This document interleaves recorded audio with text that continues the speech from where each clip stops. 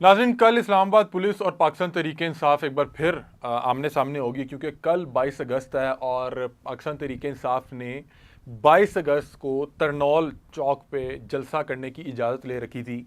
और जब कुछ रोज़ पहले शेर अफजल मरवत की पाकिस्तान तहरीक-ए-इंसाफ में वापसी हुई, तो उन्होंने इस इमरान खान साहब से मुलाकात के बाद जो मीडिया से टॉक की, उसमें बड़ा फातहाना अंदाज में कहा कि हम जो है जलसा करने जा रहे हैं 22 अगस्त को तरनौल के मुकाम पे। और शेर अफजल मरवत ने कहा था कि ये जलसा हर सूरत होगा।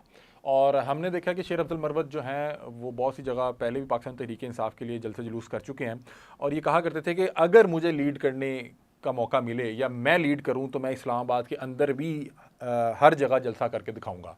तो कुछ रोज़ पहले जब इनकी वापसी हुई, तो इन्होंने बाकायदा तौर पे कहा कि इस जलसे को कामयाब बनाने के लिए इमरान खान साहब ने मेरी जिम्मेदारी लगाई है।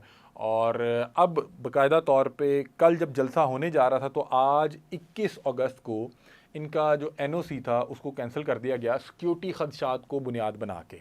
अब होगा क्या कि हमने देखा कि पाकिस्तान तहरीक इंसाफ को 9 मई के बाद किसी भी किस्म की गैदरिंग करने की इजाज़त नहीं दी गई। केपी के इलाकों में कुछ हमने गैदरिंग देखी, लेकिन अगर लाहौर, पंजाब और पंजाब के अलावा सिंध में कराची कर लें, जब भी यहाँ पे किसी किस्म की कोई गैदरिंग प्लान करते हैं, कोई जलसा जुलूस, तो वहाँ पे एक तो जलसा हो नहीं पाता, एनओसीज़ कैंसिल हो जाते हैं, फिर उसके बाद दफ़ा 144 का नफाज हो जाता है और इनके जितने रहनुमा उनकी गिरफ्तारी शुरू हो जाती है, कारकुनान की गिरफ्तारी शुरू हो जाती है।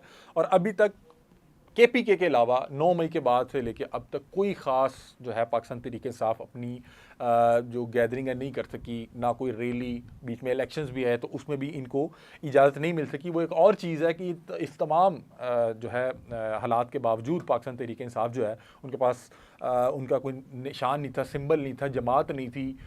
हर शख्स को मुख्तलिफ जो है वो सिंबल दिया गया, लेकिन फिर भी वो सीट्स निकालने में कामयाब हो गए। उसके बाद जो 45-47 हुआ, उससे कोई भी शख्स जो है ऐसा नहीं है कि उससे वाकिफ़ ना हो। बहरहाल आज जो है 21 अगस्त को यानी कि पाकिस्तान तहरीक इंसाफ के कारकुनान और उनकी लीडरशिप ने कल पहुंचना था। इस्लामाबाद पुलिस आज ही पहुंच गई और आज ही गिरफ्तारियों का सिलसिला शुरू हो गया। इस्लामाबाद आज जब मैं लाहौर में अपने घर से निकला, तो मैंने देखा कि जगह जगह सिक्योरिटी चेक पोस्ट थी। उसके अलावा लिबर्टी चौक पे पहुंचा तो वहाँ पे पुलिस की नफरी जो आम मामूल से ज़्यादा मौजूद थी। फिर उसके बाद मैं जेल रोड पहुंचा, तो जेल रोड पे जो इनका मरकज़ी सेक्रेटेरिएट है, उसके बाद जो है एलीट की कुछ फोर्स खड़ी थी, कुछ डाले खड़े थे। तो पूरे मुल्क में इसी तरह का माहौल बना दिया गया कि मतलब कि 22 अगस्त को जो ये पाकिस्तान तरीके इंसाफ ने पहले इजाज़त ले रखी थी, और जो शेर अफजल मरवत कह रहे थे कि ये जलसा होगा ही होगा और मैं हर सूरत इस जलसे को कामयाब बनाऊंगा, अब ये होता हुआ नज़र नहीं आ रहा।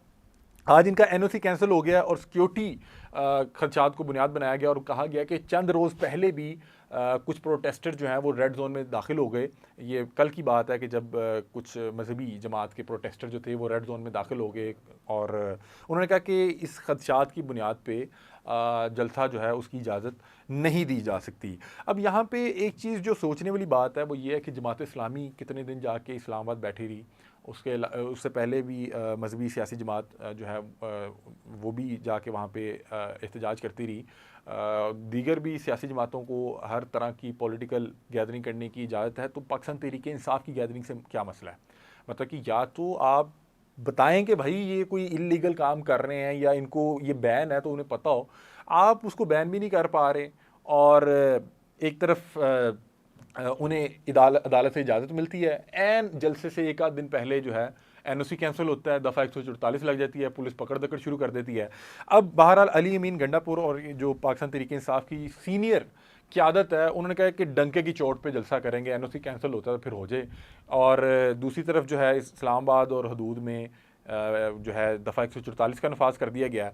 अब होगा कल क्या? कल जलसा मेरा नहीं ख्याल कि अब उस तरह से जलसा हो सकेगा, क्योंकि अब ना तो उस तरह से इंतजाम हो पाएंगे, क्योंकि पाकिस्तान तरीके हिसाब से पहले तो वहाँ पुलिस पहुँच गई है।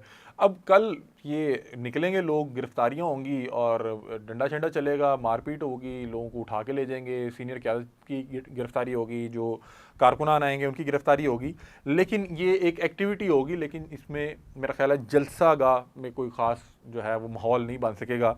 और ये उसी तरह की एक एक्टिविटी होगी जो 9 मई से लेके अब तक हम देखते आ रहे हैं कि बताया गया यहाँ पे एहतजाज करेंगे, रैली होगी, जलसा होगा, लेकिन वहाँ पे उस तरह का कुछ भी नहीं हो पाता, क्योंकि इनके जलसे, रैली या उससे पहले ही जो रियासती इदारे हैं वो हरकत में आ जाते हैं और वो किसी भी किस्म का पीटीआई को फिलहाल के लिए स्पेस नहीं दे रहे। अब जो तरनौल जलसा है, अब पता नहीं भी क्या होगा, क्योंकि पाकिस्तान तहरीक इंसाफ कह रही है कि हम ये जलसा करेंगे, जो मर्जी हो जाए, एनओसी कैंसिल होता है, डंके की चोट पे करेंगे।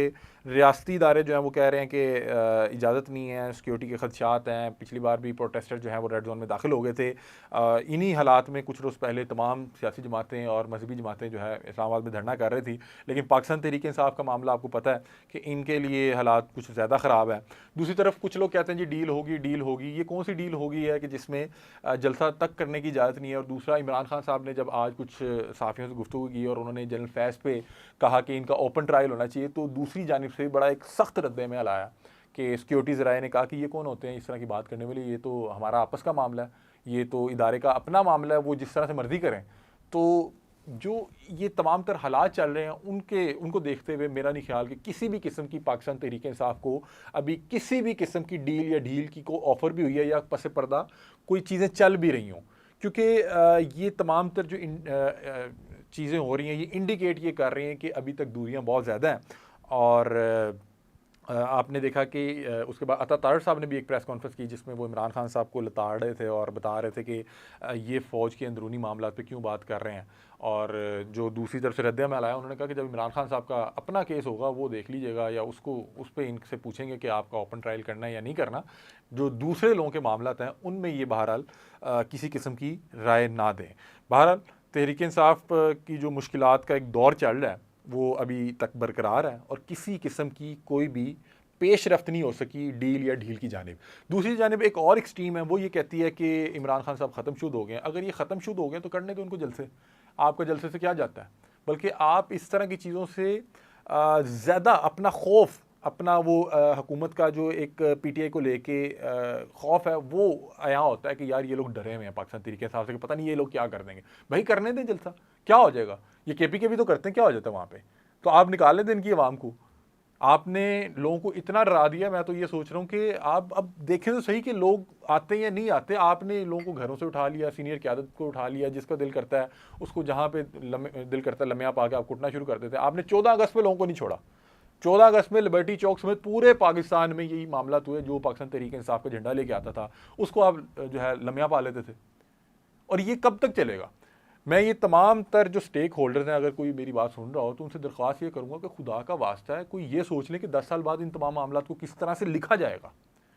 ये जो आज के तमाम लोग नज़र आ रहे हैं इक़्तिदार में और पावर में, ये कल को ये ना हो कि इनको बतौर विलन लिखा जा रहा हो।